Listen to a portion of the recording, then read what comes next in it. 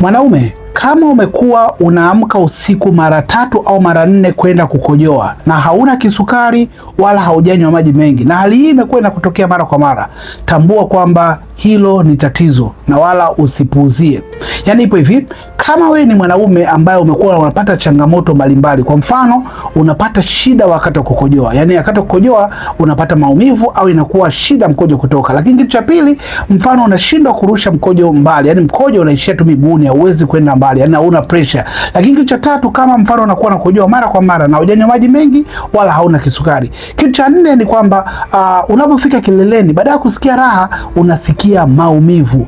Lakini kitu cha tano, kama unakuwa unahisi mkojo umejaa kwenye kibofu, lakini ukienda kukojoa ukirudi tena mkojo unahisi bado haujaisha. Lakini kitu cha sita ni kwamba unashindwa kuzuia mkojo pale unapokuwa umebanwa mkojo.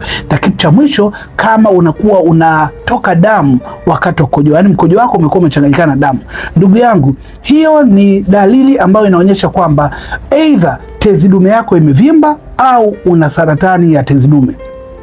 Usiendelee kukaa na hili tatizo kwa sababu mwisho wake ni mbaya. Ni vizuri ukafanya vipimo na ukaweza kuanza tiba mapema, kwa sababu wengi ambao wamepuuzia na wamekaa na hili tatizo kwa muda mrefu, imewapelekea nguvu zao za kiume zote kuisha, lakini pia imewapelekea kupata maumivu ya kudumu ya mgongo pamoja na kiuno. Lakini wengine wamepata saratani ya tezi dume, na wengine kabisa wamekuwa wanatoa harufu sehemu zao za siri, yani wanatoa harufu ya mkojo. Unakaa na mtu pembeni ananuka mkojo, sio kwamba ni mchafu, ila ana tatizo la tezi dume imevimba. Kwa hiyo mkojo unakuwa unatoka mara kwa mara, unaishia katika nguo yake ndani, hivyo anajikuta anatoa harufu muda wote. Sasa wewe usiwe mmoja wa hao wanaume ambao wanaogopa aidha vipimo au wanaogopa kutoa siri au kuwaambia wenza wao. Inawezekana una ndugu yoyote ambaye ana hilo tatizo, basi hakikisha unawasiliana mimi ili niweze kupatia tiba nzuri ambayo itaenda kumsaidia ndugu yako au itakusaidia wewe kuondokana na hiyo changamoto kabisa.